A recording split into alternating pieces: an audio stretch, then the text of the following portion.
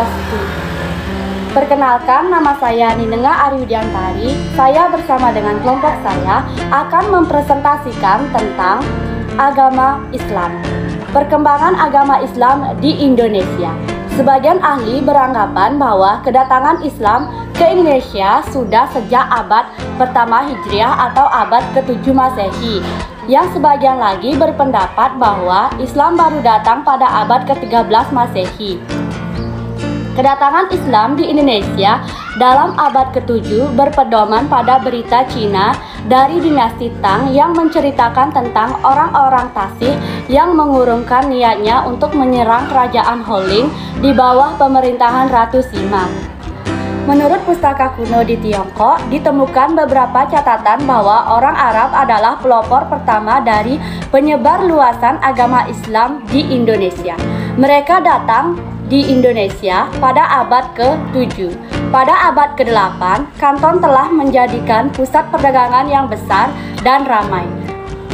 Secara kronologis, saat kedatangan Islam yang pertama ke Indonesia adalah tahun 1111 Masehi, ketika seorang Tionghoa menyebarkan agama Islam di Sumatera Utara bagian barat. Burhan, salah satu muridnya, kemudian menyebarkan agama Islam ke Pariaman, Sumatera Barat. Kenalkan, nama saya Nika Demila Diari. Saya akan mempresentasikan Nabi Muhammad SAW. Nabi Muhammad SAW dan agama Islam.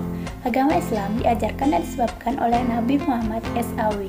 Beliau lahir dalam lingkungan kabilah termuka di kota Mekah, yaitu kabilah Qurairi, kira-kira dalam tahun 571 Masehi. Ia digelari Muhammad atau yang terpuji, suatu nama yang sejak itu telah dipakai oleh banyak anak laki-laki di atas muka bumi ini. Ajaran agama Islam. Kitab suci. Sebagaimana halnya dengan agama luhur lainnya, segala sesuatu dalam ajaran agama Islam berpusat pada kenyataan utama, yaitu Tuhan atau Allah. Walaupun Tuhan itu tidak dapat dilihat dengan mata, tetapi bagi orang Arab yang mula-mula beragama Islam, keberadaan tentang Tuhan itu tidak pernah diragukan. Dalam keyakinan mereka, tentu ada kekuasaan yang tak kelihatan yang menggerakkan angin tersebut. Al-Quran mengajarkan adanya satu Tuhan, Tuhan yang tidak beranak dan tidak beribu bapa. Dia adalah sumber hidup dan kehidupan yang darinya segenap ciptaan berasal dan kepadanya segenap ciptaan akan kembali. Tidak ada satupun yang dapat menandingi zat, sifat, dan perbuatannya yang maha sempurna. Tidak ada pula sesuatu pun yang dapat menyerupainya.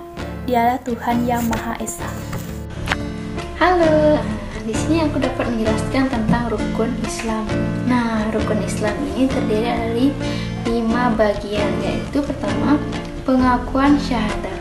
Nah, di dalam agama Islam, pengakuan keimanan itu dinyatakan dalam syahadat yang berbunyi asyhadu alla ilaha illallah wa asyhadu anna muhammadar rasulullah.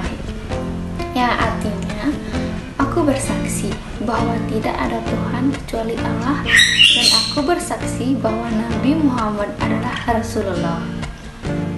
Nah, ikrar syahadat itu diucapkan oleh orang yang memeluk ajaran agama Islam. Nah, yang kedua ada sholat. Orang Muslim sholat 5 kali sehari, yaitu pertama di pagi hari, di tengah hari, di waktu sore, setelah matahari tenggelam, dan sebelum istirahat tidur. Yang ketiga ada zakat. Nah, menurut Islam, istilah dalam agama Islam, zakat adalah mengeluarkan sebagian harta tertentu dari sejumlah harta yang dimiliki seseorang muslim yang telah cukup hitungannya dan masanya serta diberikan kepada yang berhak menerimanya. Perkenalkan, nama saya Nyomanti Anggita Putri. Jadi di sini saya akan melanjutkan materi selanjutnya, yaitu mengenai puasa. Nah, puasa ini dilaksanakan setiap bulan Ramadan, yang dimana bulan Ramadan ini adalah nama suatu bulan dalam penanggalan Arab dan merupakan bulan suci bagi seluruh umat Islam. Nah, pada bulan itulah Muhammad untuk pertama kalinya menerima wahyu dengan turunnya Al-Quran sebagai pertanda pengangkatannya sebagai Rasul utusan Tuhan. Puasa pada bulan Ramadan dilaksanakan sebulan penuh dan wajib dilakukan oleh segenap kaum muslim yang sehat, baik perempuan maupun laki-laki. Puasa itu dimulai dari terbit fajar atau waktu subuh sampai dengan terbenamnya matahari atau waktu maghrib. Puasa mengingatkan manusia tentang ketergantungannya kepada Tuhan. Manusia adalah makhluk yang lemah. Dengan berpuasa akan memperhalus rasa cinta kasih terhadap sesama. Setelah berpuasa selama bulan puasa, orang akan semakin peka terhadap penderitaan yang dialami atau dirasakan oleh orang lain. Nah, setelah membahas tentang puasa, selanjutnya saya akan membahas mengenai ibadah haji. Sekali selama hidupnya, setiap umat muslim yang mampu jasmaniahnya dan mampu secara ekonomi wajib melakukan ibadah haji ke tanah suci, yaitu ke Mekah.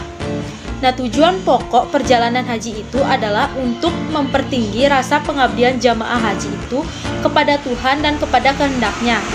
Demikian 5 rukun Islam. Nah, setelah membahas tentang ibadah haji, selanjutnya saya akan membahas tentang rukun iman.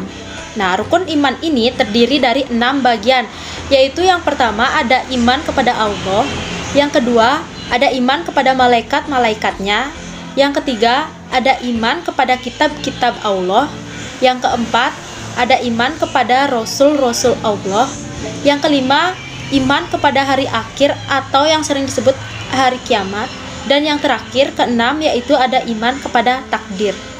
Kenalkan, nama saya Dikomang Novi Anggriani. Di sini saya akan mempresentasikan lanjutan dari hukum Islam, yaitu hukum Islam. Agama Islam mempunyai syariat atau jalan tertentu untuk mengatur kehidupan manusia. Jalan pengatur kehidupan itulah yang sering dinamakan syariat Islam. Segenap umat Islam dalam kehidupannya di dunia ini harus menyesuaikan diri dengan syariat Islam itu. Sumber utama dari syariat Islam atau hukum Islam itu adalah Al-Quran dan Sunnah Nabi. Jihad. Islam pada prinsipnya melarang terjadinya perang kecuali ada faktor-faktor yang mengharuskannya. Misalnya, untuk membela kedaulatan wilayah dari agresi musuh. Orang muslim dilarang untuk membunuh orang lain tanpa alasan yang dapat dibenarkan oleh hukum atau syariah. Islam mengenal 2 macam jihad. Pertama, jihad kecil, yaitu perang melawan musuh dalam bentuk fisik.